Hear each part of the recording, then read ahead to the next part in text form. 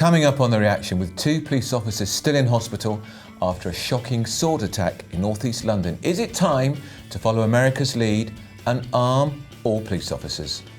As Prince Harry prepares to fly to the UK next week, should King Charles make time to see his son?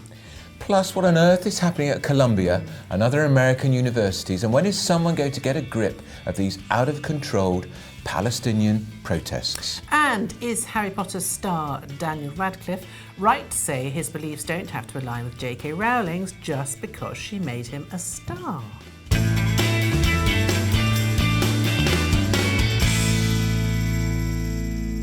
Well, hello and welcome to The Reaction with me, Andrew Pearce. And me, Sarah Vine. We'll be here every Wednesday on the Daily Mail's YouTube channel, so please make sure you like and subscribe so that you never miss an episode. Well, there have been awful scenes in London this week, unforgettable, horrific, after a 14-year-old boy was killed on his way to school on Tuesday when he was attacked by a man wielding a massive sword. 4 other people, including 2 police officers, were injured in the attack, and it took 22 minutes before the police could finally arrest the suspect, who was tasered by a very brave, I have to say, female officer. Well, the whole incident has reignited the debate over whether all police officers in Britain should be armed with tasers. Currently, only 7,500 officers out of the Metropolitan Police's 35,000 carry those non-lethal stun gun devices. I think the first thing to say is just imagine being the mother of that 14-year-old child and you just wave them off to school and then that's it. Just in his sports cubes, going off to play some football or rugby. Awful. Just awful. And she could have even have heard the commotion in the street. Just awful. And, you know, as the mother of a London boy, you know, it does cross your mind every time they go out. It just really does. Because it's crazy, the levels of knife crime around at the moment. It's horrific. In London. But the other point here, Sarah, is I was very struck that the 2 police officers who hospitalised the woman police officer could even have lost her hand. The trouble is, we're sending police officers naked into a field of battle. We need to arm police officers to do that job and do it properly. And if those 2 officers who were hospitalised had tasers, Sarah, they could have taken him down and had proper protection for themselves. But they might have even stopped the child from being killed. Exactly, and we know that the female police officer nearly lost her hand because presumably she was putting her hand up to stop the blows from a huge blade. Yeah. It's not fair on the police officers. No, it's absolutely not fair. But I think there are 2 issues here. One is that we still have this sort of romantic fantasy of Dixon of Dock Green with his whistle and his truncheon. Evening all. And that's just not London anymore. I mean, even if it... Or any of our major cities, actually. I don't know if it ever was London, yeah. But, you know... Or any of our big cities. Yes, exactly. But number 2, I think that we need to remember that it's very difficult for the police to recruit firearms officers because they're terrified that if they make a mistake, they're going to get prosecuted. Yeah. So I think if we do arm police officers with tasers, and I think that's a good idea, that we just need to understand that, you know, they're humans and they might get things wrong. And I think that, because I think they themselves would be very worried about that, you know. And I think the Home Secretary and the government should impose this decision on police forces, because currently police chief constables have their own say in it and the police authorities, but I think they should say, we are not going to do this anymore, or we're going to dramatically increase the number of officers who are trained with it. Because, look, these knife incidents are more and more. 13,000 knife offences in the capital city. A teacher was stabbed in the neck the other day in Wales by a child with a knife. Exactly, and 13,000 knife offences in London alone in 1 year between 2022 and 2023. It's outrageous, and police officers are having to go and try and disarm these people. And you know, and if you look at the Notting Hill Carnival, there's people running around with machetes. A friend of my son's was attacked at the Notting Hill Carnival last year by a group of people with knives, with machetes, and you know, it's become a sort of symbol of machismo on the streets. It's, you know, it's in all the kind of drill rap songs. Yeah, it's part of gang culture. There's a sort of culture around it, and I think, you know, you can't ask the police to try and do something about it if you don't give them the tools, and they just don't have the tools. Yeah. Especially women police officers. I mean, how are they supposed to, you know? I mean, they're not, you know, it's harder for them physically to deal with someone like that. That guy was huge. Yeah, he was, and in the end, it took three 3 taser shots at him to bring him down, and they got him in the end. I mean, the whole thing was extraordinary. I thought, is this happening in Britain? It's happening in our capital city. So you expect that sort of thing in America, but in America, of course, the police are armed, so it would have been over. Now, I'm not saying we put guns in our police officers' hands, because that isn't the answer, but tasers is an easy solution. Yeah. It's not too expensive, and if somebody says we can't afford it, what costs to keep our cops safe and keep our streets safer from people like the man that went on the rampage in North East London? I agree. Anyway, let us know your thoughts by emailing reaction@dailymail.co.uk or comment below. Still to come, should King Charles make time to see Prince Harry, the prodigal son, when he flies into the UK next week? And who is going to get a grip on these pro-Palestinian protests sweeping across universities in the US? And is Daniel Radcliffe, the Harry Potter star, of course, right to say he doesn't owe J.K. Rowling his beliefs just because she made him a star? So it was wonderful to see King Charles return to royal duties this week. He met patients on a chemotherapy ward before continuing with his own cancer treatment just hours later. And it comes, of course, amid huge speculation over whether His Majesty will be reunited with Prince Harry, the Duke of Sussex, to give him his formal title, who's back in Britain next week to attend a service at St Paul's Cathedral marking the 10th anniversary of the wildly successful Invictus Games. I think he's got to, Sarah. Who's doing his security? I can't remember where we are with all that. Well, because he'll be doing this in the role of Prince Harry, he will have Home Office security. Okay. It will all be provided by us, the taxpayer. Right. But I'm sure he'll find something to whinge about. But I think... Where's he staying? Sorry. My understanding is he will be staying in a hotel, right, because there's no room for him at the Windsor Inn, even though Windsor Castle has quite a lot of rooms. I think the palace is quite large. 747 rooms. Yes. It is a building site at the moment, but I'm sure they could find him somewhere. Or Clarence House? That would mean he'd have to stay with his father and Queen Camilla, and I don't think Queen Camilla's a fan after I'm sure Spare. with all those palaces, can't they find him a room? But I do hope the King sees him. Now, the day he's here for Invictus Games, the service, it's Wednesday. Right. The King will have his audience with the Prime Minister. Yeah. But that doesn't take forever. No. And so time will be found. And we know that Harry will leak what he's doing. Every minute of his day will be leaked in advance. But I think perhaps it would be nice if he could see him. Do you think he'll come with a film crew? He normally does, doesn't he? Bound to be, Yeah. in tow. Well, they've got to pay for Netflix or Spotify. Yeah. But the relief is she's not coming, Meghan, because just in case you didn't realise, I can't stand her.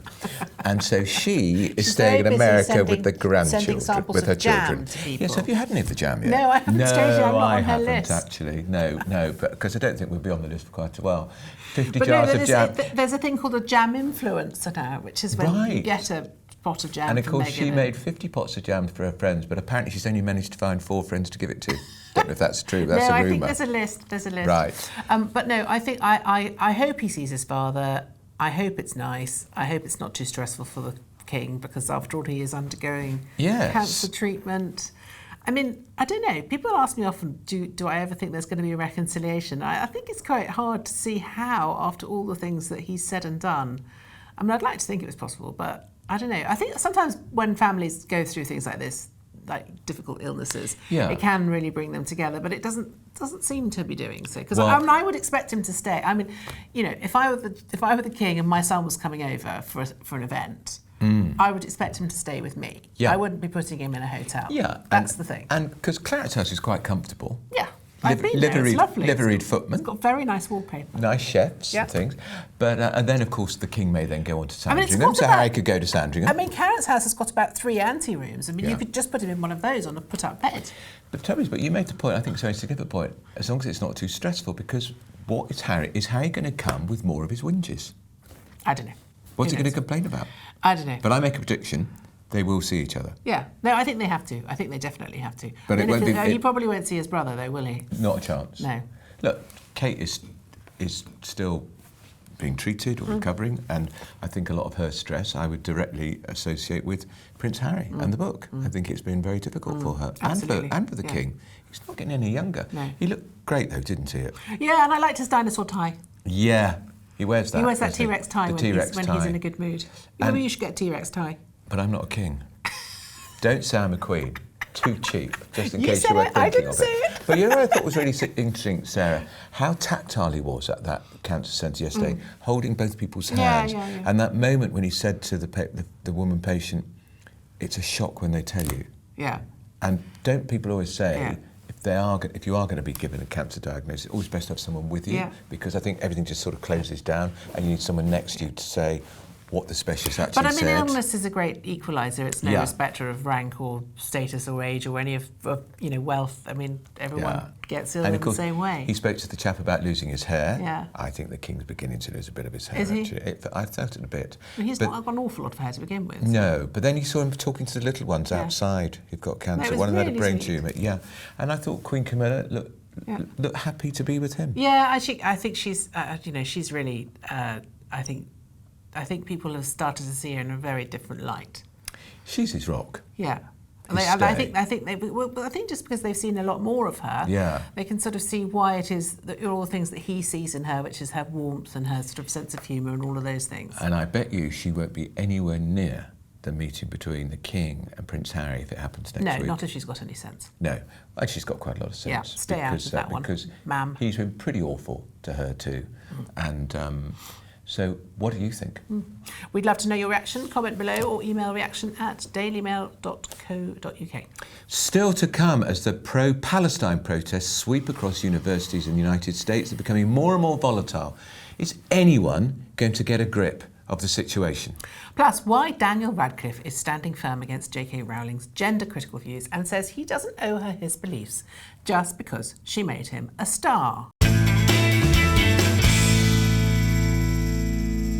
Well, the first failed asylum seeker has been deported to Rwanda under Rishi Sunak's migrant crackdown. He was put on a commercial flight on Tuesday night and given around £3,000 of taxpayers' money to help relocate under the terms of the deal with Rwanda. Already, the threat of being deported to Rwanda seems to be acting as a deterrent as more asylum seekers have crossed the border from Northern Ireland into the Republic. It's led to an almost farcical situation. The Irish government are now trying to push through legislation to send them back to the UK, which it can't do because it's deemed an unsafe country. Because of, yes, you guessed, the Rwanda deal. It is fantastic. It's Kafkaesque, isn't it? It really is. I have to say that the migrant who's gone to Rwanda with £3,000 in his pocket on a commercial flight, he didn't even come here or across the boat, across the channel, so I don't know how he got here. And it's a bit of spin by the government, isn't it, really? But no human rights lawyer, Sarah, stopping the flight because they got him on a plane without the human rights lobby going there waving their checkbooks to make a lot of money. But the Irish situation, you couldn't make it up. Well, the Irish situation is a little bit. I mean, I feel very sorry for them. I mean, I don't know. It's just, no, I don't. Oh, no, I sort of do. Because the EU has taken that stuffy view about us. They're part of the EU. I don't feel sorry for them at all. But I do think that the sort of sight of all those tents in Dublin. Terrible look. You know, they've obviously got a real problem going on. Yeah. And they don't seem to be able to. I think this morning, actually, or yesterday, I think the police just came and took them all down. Yeah.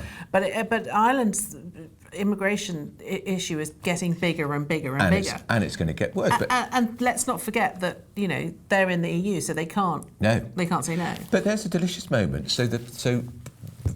Refugees, illegal migrants in Northern Ireland are crossing the border into the south because they're saying on the record they fear the prospect of going to Rwanda. So it's a deterrent. What are you going to do about that, Keir Starmer, if it works completely? Because you've said you're going to abolish the deal. That's right, yeah. The border, there's not a single camera there because Ireland made such a fuss after Brexit, wanted no cameras, so that could have stopped any more migrants crossing the border.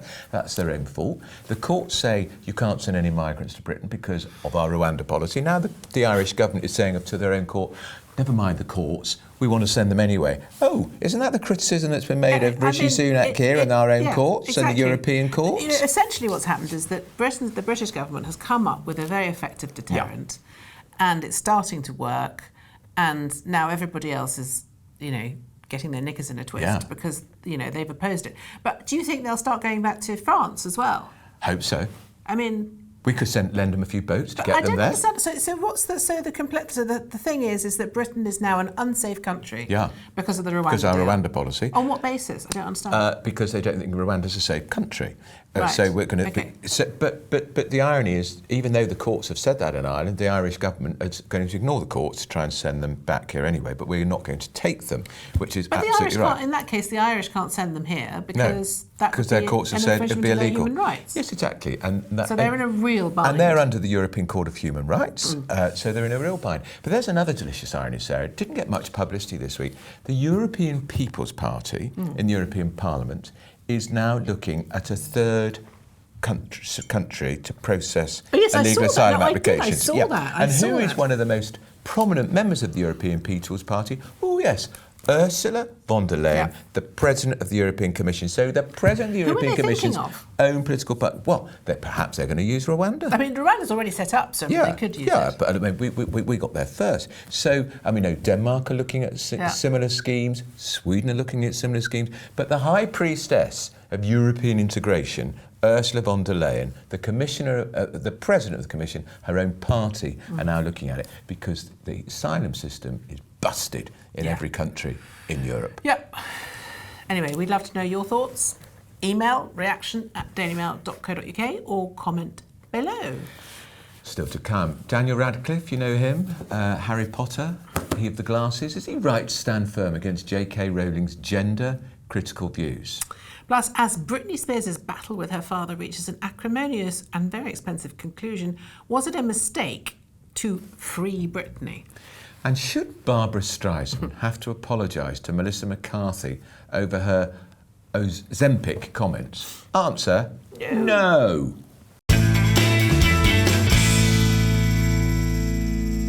Okay, so allergic reaction. This is kind of more than I'm sort of in anaphylactic shock over this one. This is the Columbia University and UCLA and American University protests. We talked about this last week, and a lot of you wrote to us expressing your opinions. Claire says, I am disgusted at the way this Columbia University thing is being handled. After the Second World War, most people said never again, but it seems everyone has forgotten. As an American who has a heart and a brain, I believe that these people need to be arrested. Quite right. And Sarah is in the US, and she says, I think it's terrible what's happening to these young Jewish kids. I'm embarrassed and scared about what our country is coming to. JS says there is a difference between free speech and racism, and free speech and hate speech, and free speech and intimidation. Correct. Absolutely right. And Stephanie also says, in the United States, bring out the National Guard to universities. Well, this week, those protests have escalated. What have been described as horrific acts of violence have broken out between Gaza Wall protesters at UCLA in California. It came just hours after police stormed a pro-Palestinian encampment at Columbia University in New York. These scenes have been actually quite shocking, I have to say. I mean, there have been sort of cordons of, and they're all masked. That's the other thing, is that, you know, I pointed out in my column, the only other masked organisation in America is the Ku Klux Klan, so I'm not sure if you want to be in that bracket. But anyway, they're all masked, they hide their identity, they're clearly cowards, and they just stand there and just won't let the Jewish students onto campus. They just won't let them. If the guy tries to move in, they sort of stand next. It's really intimidating. It's wicked. And really horrible, and it's definitely anti-Semitic. Yeah. Definitely anti-Semitic. And also the protests are definitely they definitely have a religious tinge to them, because quite often you can hear them chanting in the background. You know, there's obviously a sort of, you know, there's a religious element to it. So the Jewish thing is even more sort of, I don't know, pertinent, and it's just unbelievable. I mean, it is straightforward racism, anti-Semitism, and it's just being allowed to happen. And I do not understand why. I think if they don't get a grip of it, this is going to become a serious political issue for the President of the United States. But I completely agree, and also because, you know, it's not okay for people to be openly. I mean, imagine if those Jewish kids trying to get into college were black kids. Yeah. We're going back to segregation from the 60s. And there'd be a person there saying, no, you can't come in because you're black, which I mean, that's effectively, they're saying you can't come in because you're Jewish. I mean, that is just you might have a skull cap on or a Star of David. Yeah. It is appalling. And it's extraordinary. And it's getting worse. That's the irony. And the police have been piling into one of the universities today, but it's not sufficient. They've got to allow, and the university authorities have got to clear those protesters out. They should ban the protests to let people go about their education. One Jewish group has resorted to playing a video on a big screen of the October the 7th attackers ringing their mum and saying, I've just killed a load of Jews. They're trying to sort of, they're trying to bombard them. But these people don't care. They hate Israel. Yeah, it's just... It's hatred of Israel. It's sort of visceral, the whole thing. There's no rhyme or reason to it. It's not logical. And it's worldwide, and people... I mean, Israel is the only democracy in the Middle East. But I'm afraid we see the hatred in the marches in London too, I'm afraid. But I mean, if those women had been anything other than Jewish, the world would be, quite rightly, fully behind them. But because they're Jewish, they're not. And I saw that Sophie Wessex, she's not called Sophie Wessex anymore. She is the Duchess of Edinburgh. Was in Ukraine the other day. Very brave. Talking to the survivors of sexual violence there at the hands of the Russians. I hope she goes to Israel and talks to those women who also survived that. And here's the thing, will the king go to Israel? Because the Queen was much travelled, as you know. The one country she never went to was Israel. Because the Foreign Office is so wary about what people do. I mean, I understand that, but I just do think we need to show that anti-Semitism is not acceptable anywhere. It's just racism. It's religious racism, effectively. Yeah, and it's overt and it's disgusting. Yeah. And there's been too much here too. Well, my allergic reaction is quite different. Now, I have a confession here. I loved all the Harry Potter books. I know I'm old, but I still enjoyed them. And I thought Daniel Radcliffe was moderately good as Harry Potter in the films. But he's now reignited the row with J.K. Rowling after admitting her views on trans people left him feeling really sad. I think the thing here to say is that J.K. Rowling has been proved right. She has. And so a lot of people who, because they're not very, thoughtful, or because they're a little bit sort of scared, like Daniel Radcliffe, are now in a sort of slightly sticky situation, because it turns out that the person that they decided to, virtue signal against in order to, make their woke credentials is suddenly right. So now they're in a difficult situation. There's no doubt that Radcliffe wouldn't be where he is today at all, because he's not a very good actor. He's not. And he's not very handsome. So, I mean, he's moderate, and he was good in that. He was well cast in the Harry Potter, but he hasn't really done anything since. No. And I think that, but he was so adamant, as were his other cast members. What's he called? Emma Watson. Emma Watson. Is it Emma Watson? Yeah, Emma Watson. That they was, that J.K. Rowling was evil and mad, and they probably hadn't even really read anything she'd said. It was just a kind of knee-jerk reaction, and I think he does owe her a bit of an apology, because he made her, he contributed to the sort of kind of hysteria and vilification of her, outpouring of hatred against her, actually, and death threats and all of that kind of stuff. And I think he does bear some responsibility for that, because for whole generations of children, he is kind of Harry Potter, and therefore a sort of God. Which and he's a role model, so they think if he thinks that, they must be right. Exactly. And J.K. Rowling, who wrote those amazing books and was in charge of the films and has written many other great books, she had a simple view: there should be safe spaces for women. And a trans woman is not a woman is a woman, a man's a man. Very basic, very simple, very straightforward. And whether it's the Cass Review or others, that's the majority view now, and we've seen the implosion in Scotland, Sarah, with Hamza Yousaf's leadership, because he got into bed with the ridiculous Green Party, who were all over this gender identity politics, which was started with Sturgeon, and it's going to destroy that Scottish National Party government, and yet still Daniel Radcliffe thinks he's got to back the wrong side. I think it's just the absence of all the nuance in the argument that is just so childish, because actually it's a complicated argument, and it is very nuanced. And that was all J.K. Rowling was ever really trying to say, which is that it's not as straightforward as just saying this man can be a woman and therefore can be in all female spaces, because not everyone who does that is doing it for the right reasons or whatever. You know, that you have to apply a degree of intelligence and judgment to the situation. But the blanket riposte from Radcliffe and others was, no, you're a witch, you're a transphobe, you're a TERF. Yeah. You know. Hate.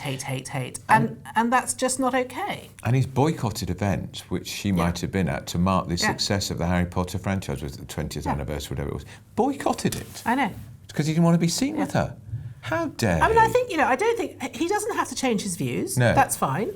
But why can't he operate in the same space? But I do think he should say to her, actually, I'm sorry, I now see that what you were trying to say was that I was being, a bit sort of and it's free blinkered. speech, actually. Yeah, and it is free speech.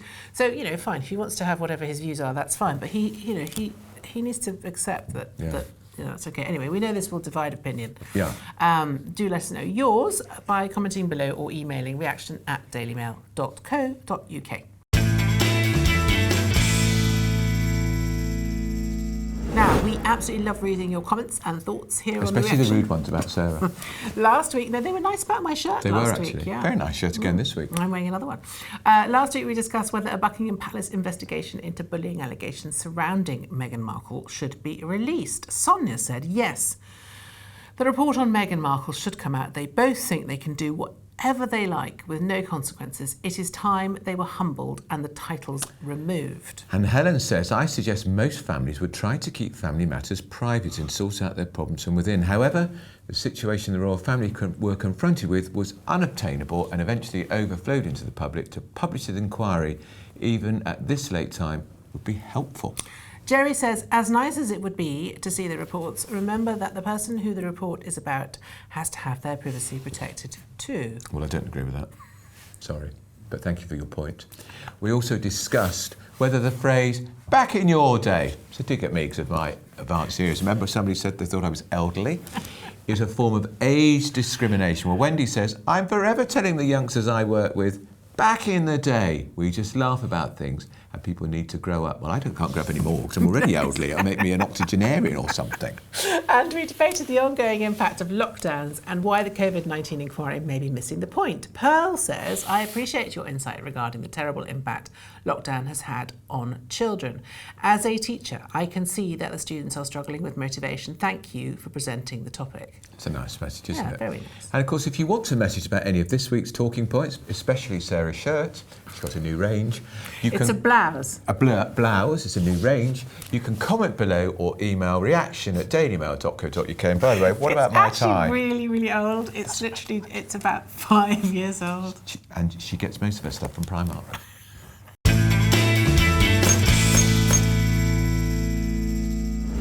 Now it's time for my favourite part of the show, the Showbiz Reaction, with our Showbiz Supremo, Katie Hyde, who's also having a birthday today. Happy birthday to you. Happy birthday to you. Oh, glad you stopped Happy birthday, dear Katie. Happy 45th birthday to you. Oh, sorry. Did I get that wrong? Yes, you did. Oh, sorry. Yes, you did. How ungallant. Yeah, how rude. So rude. 33rd. So 21 times 2 plus 1. we're going to talk about Britney Spears.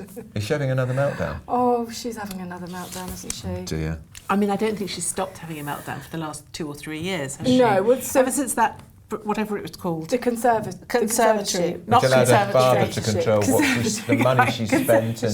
Conservatorship. Yeah, which is a very odd thing. Well, I think it's really unfair, isn't it? I mean, she was a young girl. Yeah. You know, her parents obviously wanted her to I mean, be she's the famous. cash cow for She was them. a total cash cow, and she started off on the Disney programme. Yeah. She was shoved to, go and date Justin Timberlake, another young, handsome thing. Yes. And before we know it, we see her, stripped off, wearing a school uniform, with a lollipop in her mouth. Yeah. And then her father wonders why she might be a bit troubled. I know. So But what's happening in particular this well, week? the thing then? is that her Instagram, I don't know if you follow her on Instagram, I know you've only just I've joined just joined Instagram. Are you on Instagram. Instagram? I'm joining Just Instagram joined. this week. Yes. So now you can follow Britney Spears.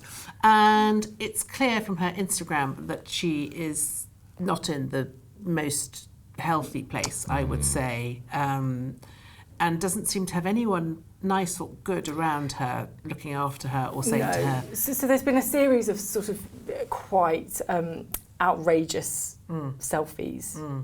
You know, not where there was one on a horse the other day. Yeah, I mean, she's obviously troubled. There's a lot of naked horse riding. Oh. Yeah. And Lady Godiva. So this has led to questions of whether... So in 2021, there was... Britney was freed. So and there were all these people... They were going out on protests to free Britney from her conservative... So now it's raised the question as...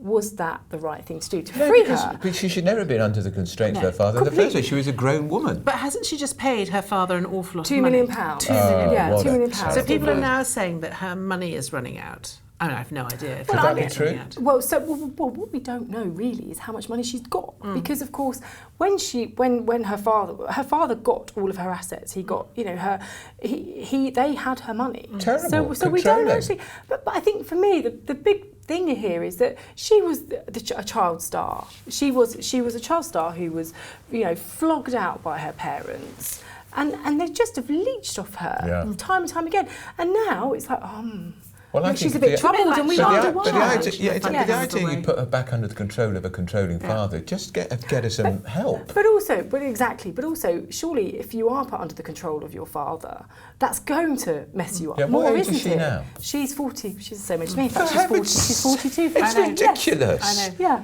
And she hasn't had a single relationship that's gone right. No. Her children don't see her. She sort of lives in this house with these two funny little dogs and just spends her days making really sad, sort of odd, kind of over-sexualised dance videos. For the attention, probably. Does anybody buy her music anymore? She hasn't really had any, has she? She had an autobiography which came out last year, which I read actually. Well, that was quite good. It was quite a lot of money. Ghostwritten by someone, I can't remember, but it was quite shocking and it was quite good. I think, you know, someone. I just don't know whether anyone in her situation really has any friends or can have any friends. Well, I think she is the epitome of the kind of celebrity car crash, isn't she? Yeah. But she's an A-list global. Yeah. She's having an A-list global car crash, unlike somebody like I think Katie Price, which is very UK based. Yes. And we're all seeing it. Absolutely, but I think what should happen is that Taylor Swift should ring. That's Britney the one whose songs I don't know. Yes, but she's very good and popular and also incredibly together. She should ring up Britney and say, listen, girlfriend, I think you need some help and advice. And I am Taylor Swift, and I'm not going to, you know, do you over because I've got plenty of money and plenty of songs. And I think they should sort of form a kind of they should do an intervention. Maybe her and Lana Del Rey, my two favourite American nice, that's a nice idea, though. Yeah. The sisterhood should rally around her. I can't ring up Britney and say hi. Should we invite her on here? Would you like some help? Because she'll assume that I'm going to do her over. But I think this is the thing, isn't it? And she's gone for these. I mean, at one point she was going out with a paparazzi photographer. I know. This is the thing. And not that there's anything wrong with paparazzi photographers on the whole. Lovely. But you've got to wonder why. Would you, if you are one of the most photographed women in the world, most of them hate the paparazzi. Yeah. You're actually falling in love with one of them because I think someone's shown her some attention. She's so conditioned. She's sort of. I think she's got some obviously she's got a psychosis around it. So you know she sort of goes for the abusers, doesn't she? For the people who have always followed her around. And what she needs is somebody or some people who don't have any agenda, who've got nothing to gain from helping her. I think yes. To make an intervention to help her. So Taylor, come on. Yeah, do your thing. Sisterhood. I think as well, you know, she's got these two sons who are, I guess 17, 18 now. And their father, Kevin Federline, who was a dancer at the time. So Britney was this global star. I think he was a dancer on her Onyx tour. Yeah. And he's now, these boys, she doesn't see them. You know, the ex who leached off her again has now joined forces with the parents. So she doesn't see her own sons. And that must just be tragic figure. I hope this doesn't have a very sad end. Well, you hope so, don't you? But I mean, you know, one has to pray. Moving on. Yes, because a row has erupted between, well documented in Sarah Vine's very good column, I might say, Melissa McCarthy and Barbara Streisand. Well, what an unusual. Who saw that one coming? I know. I love Barbara Streisand. So I've got this theory that generation, Barbara Streisand is 81, I think. Yeah, she's 81. And looks pretty good on it. Because they were the sort of wartime generation. They grew up with rationing. They are obsessed with people's weight. Like, I've got a friend whose mother is obsessed, is about the same age as as Barbara Streisand, and she always talks about people's weight, and so much so that the children have dubbed her Granny-rexia, which I think is very funny. Love that. But anyway, like Barbara Streisand sort of fat shamed Melissa McCarthy by saying, she looked like she's lost a bit of weight, and say, have you been on Ozempic? And I think there's that sort of idea that if you're on Ozempic, that somehow you're cheating because being fat is a moral issue. I mean, I think I'd be offended if someone said that to me, but actually, isn't it a bit of a compliment that she's lost some weight? Why would you be offended? I mean, if you've lost weight, because I think it's the assumption. Because a lot of people are on Ozempic. Have you lost weight? And they go, oh yeah, no, I've been doing nothing but yoga and eating only cabbages for the last 6 years, and that's how I've lost my weight. But if you say, yes, it's because I've been on Ozempic, everyone goes, oh, well, you're cheating. Why don't it matter? It's a bit like having a gastric band, isn't it? It's probably a bit easier. It's mind over matter. If you've got to want to lose the weight, so if you do it with Ozempic or a gastric band or by eating... I agree. But also, I think you have to remember, we haven't really put this into the context of what it was. Barbara Streisand did this on the comment section. Yes, so on Instagram. She was obviously, on Instagram. So she's obviously sitting there, isn't she? And maybe, I don't know what, I mean... Hasn't she got better things to do? This is what I was going to say. I know. Isn't it strange that an 81-year-old woman sits on Instagram and decides to just, put something... Get into a war of words. Yeah. It is all. Anyway, I don't know. It's all a mystery. And has she lost a lot of weight, Melissa McCarthy? I mean, it's noticeable. Right. Absolutely, yeah. I didn't notice it. And she's chosen not to tell us how she's lost that weight. And so I that's suppose their prerogative. exactly. And I think we live in an era where somebody loses a bit of weight. I mean, people do it. My friends do it. She's on Ozempic. He's on Ozempic. She's on Ozempic. So, well, maybe they're just on a diet. Yeah. Well, that's it for today. By the way, I'm not on Ozempic. I am on Ozempic. Just. But it's shame again. I want to be thinner, given I'm going to give it a go. So, and it's her birthday, Are so you on she Ozempic? will not be on Ozempic I might be tomorrow. because she's going for raw fish dinner this evening. Apparently that's how you spend your birthday. Can't get it. So don't forget to join us again next Wednesday for more reaction to the stories making the headlines. And make sure you like and subscribe so that you never miss an episode. See you again next Wednesday. Goodbye. Goodbye. Goodbye.